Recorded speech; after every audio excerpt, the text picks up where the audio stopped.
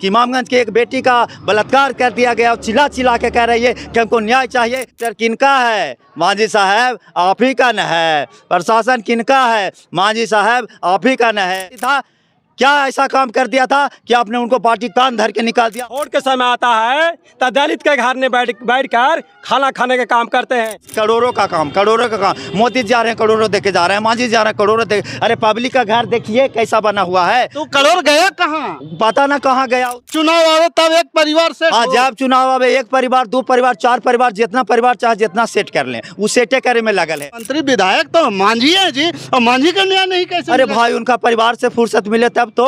वो तो दिन रात सेट करे में लगल है, परिवार के जनता के कहाँ ख्याल कर रहे हैं। यही अगर दूसरे समाज के साथ गाय भी आता है ना तो दौड़त चल जाते हैं। तो परियों से न्याय दिलाना, गरीब गुरबा के झूठा मुकदमा में फंसा के जेल भेज दिया जा रहा, उससे न्याय दिया। तो नमस्कार, मैं हूं पवन चंचल और आप देखना शुरू कर चुके हैं जनजोश न्यूज़। अभी मेरी मौजूदगी है इमामगंज विधानसभा क्षेत्र के ढिगासिन गांव में, और यहां पे जो है पूरा ग्रामीणों का जमावड़ा लगा हुआ है और एक नेता है लक्ष्मण मांझी, और बैनर के साथ चल रहे हैं। न्याय यात्रा पे ये निकले हुए हैं, और साथ ही इसमें एक स्लोगन भी लिखा हुआ है, जुल्म के साये में जुबान खोलेगा कौन। मतलब इतना डर लग रहा है क्या जी? सब लोग डर गए हैं? नहीं, कोई लोग न डरे हैं, लेकिन आज नेता से लोग लाचार बने हुए। जो नेता अपने आप को कहते हैं कि हम गरीब गुरबा के मसीहा हैं, हम गरीब गुरबा के लिए पार्टी बनाए हैं, तो हम लोग पब्लिक का, जनता का, भूया मुसर का वोट लेकर के ठगने का काम करते हैं। इसलिए लोग चुप रह रहा था। लेकिन अब सब जनता चुप नहीं है, अब सब जनता रोड पे उतर गए हैं। अब नेता को हम लोग भगाएंगे, गद्दी पर से उतारेंगे, कहेंगे आपसे नेतृत्व नहीं चलेगा, आप बाबा साहब के संविधान के विरोधियों के गोदी में जाके खेल रहे हैं। ये न्याय यात्रा जो निकले हैं, ये न्याय यात्रा का मकसद क्या है? न्याय यात्रा का मकसद ये है गरीब गुरबा को न्याय दिलाना, गरीब गुरबा को शिक्षा से न्याय दिलाना, गरीब गुरबा को झुग्गी झोपड़ियों से न्याय दिलाना, गरीब गुरबा के झूठा मुकदमा में फंसा के जेल भेज दिया जा रहा उससे न्याय दिलाना। गरीब गुरबा को आज इज्जत प्रतिष्ठा लूट लिया जा रहा है। आपने सुना होगा न्यूज़ चैनल के माध्यम से कि इमामगंज के एक बेटी का बलात्कार कर दिया गया और चिल्ला चिल्ला के कह रही है कि हमको न्याय चाहिए। लेकिन यहाँ के विधायक दीपा मैडम कहाँ सोए हुए हैं? यहाँ के जो मंत्री है, केंद्र में मंत्री हैं, बिहार सरकार में मंत्री, कहाँ सोए हुए हैं? वो बेटी को क्यों नहीं न्याय मिल रहा है? उस बेटी के लिए आवाज़ क्यों नहीं उठा रहे? एक महिला होते हुए महिला को, बेटी को, एक महिला होते हुए भी महिला को दर्द को नहीं समझ पा रही है। महिला को दर्द को समझने की उनको जरूरत है। महिला के का बीत रही होगी, आकर के जनता के बीच में, चैनल के बीच में आके बोल रही है मेरे साथ रेप हुआ है, मेरे साथ घटना घटा है, हमको न्याय मिलना चाहिए, हमको डॉक्टर मदद नहीं किया, हमको प्रशासन मदद नहीं कर रहा है। तो माननीय जीतन राम मांझी साहब से पूछना चाहते हैं कि डॉक्टर किनका है? मांझी साहब आप ही का न है। प्रशासन किनका है? मांझी साहब आप ही का न है। उसके बाद भी दलित समाज में सबसे निचला पैदान पे आने वाले, अब आप अपने आप को भूया मुसर कहते हैं, वही भूया मुसर के बेटी के साथ बलात्कार हो रहा है। आप कान में तेल डाल के सो रहे हैं क्या? दीपा मांझी जाके देखे, उनका घर पे मिले क्या? संतोष मांझी जाके घर पे मिले क्या? जीतन राम मांझी घर पे मिले? यही अगर दूसरे समाज के साथ गाय भी आता है ना तो दौड़त चल जाते हैं।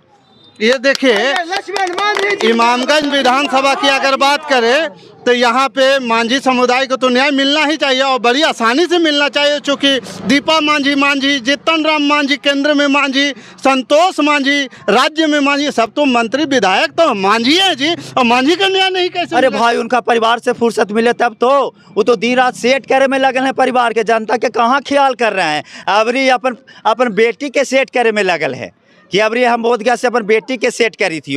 अभी जनता के चुराइत रहा, पिटाइत रहा, मराइत रहा, एकरा पर जनता के लिए कोई खबर फिक्र ना। जब चुनाव आवे तब एक परिवार से, हाँ जब चुनाव आवे एक परिवार, दो परिवार, चार परिवार, जितना परिवार चाहे जितना सेट कर लें, वो सेटे करे में लगल है। और जनता से भेंट करे में ना लगल है, वो सिर्फ सेट करे में लगल है। भेंट नहीं करते, जनता से कोई भेंट ना है, वो खाली ऊपर सेट कर रहे हैं। उनको SC ST के से उनको मतलब नहीं है, दलित परिवार से मतलब नहीं है।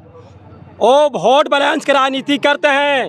जब वोट के समय आता है तो दलित के घर में बैठ कर खाना खाने का काम करते हैं। उनको भी लगता है दलित परिवार के कि ये तो दीपा मांझी बहुत अच्छा नेता थी, तो साथे खा लगा थी। हाँ, इनके वोटों देवे की इनके वोटों दिया साहब, ये राजनीति करते हैं। जीतन राम मांझी के पूरे खाना खा के वोट ले लेते हैं। खाना खा के वोट लेने का काम करते हैं जीतन राम मांझी। फिर उस घर में जाते नहीं जाने का काम करते हैं। यहाँ बहुत अत्याचार हो रहा है SC ST के ऊपर। एक चीज और है लक्ष्मण जी, आप जीतन राम मांझी पूरे बिहार में मांझी समुदाय के नेता माने जाते हैं, वो बोलते हैं भी, लोग भी मानते हैं।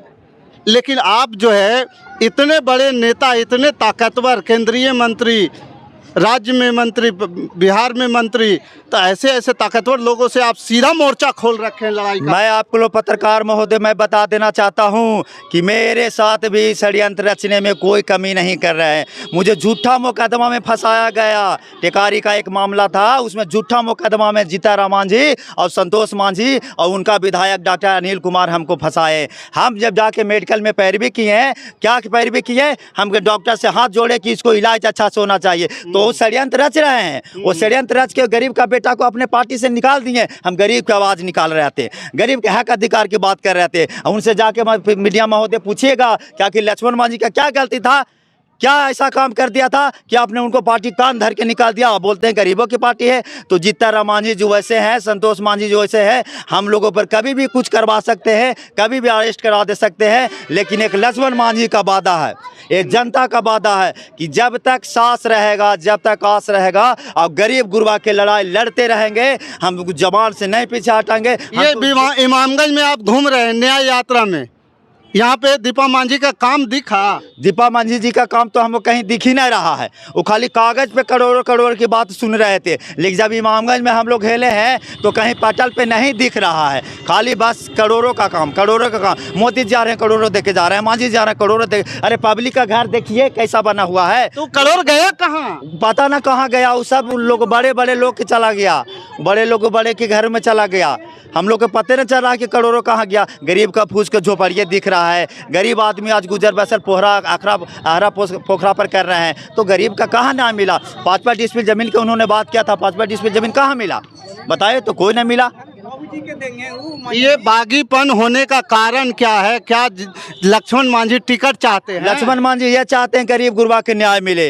गरीब गुरबा जैसी जाए, जैसी उनको कुर्सी मिले। और मांझी साहब उनको पूछिए कि आप किस चीज़ के लिए आए हैं माता में बहनों, आप बताइए। तो गरीब गुरबा जाके 1-1 घंटा लाइन में लगा रहता है और बड़े बड़े लोग साथ में बैठे रहते हैं, गपबाजी करते रहते हैं और गरीब गुरबा का काम ना होता। ये सब देख करके हम लोग से बर्दाश्त हमसे नहीं हुआ। ये तो कह देंगे कि आपको जो महागठबंधन वाले या आरजेडी वाले जो इनको उकसा दिया है, उस उकसावे में, बहकावे में आ गए हैं। ये लक्ष्मण मांझी किसी को बहकावे में, उकसावे में नहीं आ सकता है। एक लक्ष्मण मांझी एक हमेशा सामाजिक कार्यकर्ता बन के, पब्लिक का सेवक बन के काम किया है। पिछले 10 वर्षों का मेरा इतिहास को खंगाल के देख लीजिए। आज हम लोग कैंप, डोनेशन कैंप भी लगाते हैं, हम लोग शिक्षा के क्षेत्र में काम करते हैं, हम लोग स्वास्थ्य के क्षेत्र में काम करते हैं। हम लोगों ने समाज के बीच में हमेशा काम किया है। अंतिम सवाल है कि अभी आप इमामगंज में घूम रहे हैं, जीतन राम मांझी जी का ये क्षेत्र रहा है और दीपा मांझी यहाँ से अभी वर्तमान जो है विधायिका है, उनको क्या सीधा मोर्चा खोलते हुए संदेश दीजिएगा? मैं सीधा मोर्चा खोले हुए संदेश देना चाहता हूं कि आज गरीब के बेटा, ये सब तमाम लोग गरीब पर रोड पर क्यों उतर गए हैं। आपको 10 साल मौका दिए, आपको पार्टी बढ़ाने का मौका दिए। जब उस समय एक भी सीट आपको नहीं आया था, तो ये महान जनता, इमामगंज के जनता आपको चुनाव जिता करके भेजे। इनका आशीर्वाद से आप केंद्र में मंत्री बने हैं। तो हम यही कहना चाहते हैं संदेश में कि अब वो नहीं चलेगा, नहीं तो आप MSME का मंत्री हैं। आप ये गरीब गुरबा के लिए 15 से 20-20 लाख का ऐसा योजना पास कीजिए, निःशुल्क जो सब लोगों को रोजगार मिले। वो तो आपके हाथ में है, आप चाहेंगे तो कर सकते हैं। तो खाली गरीबों के ठगने का काम कीजिएगा।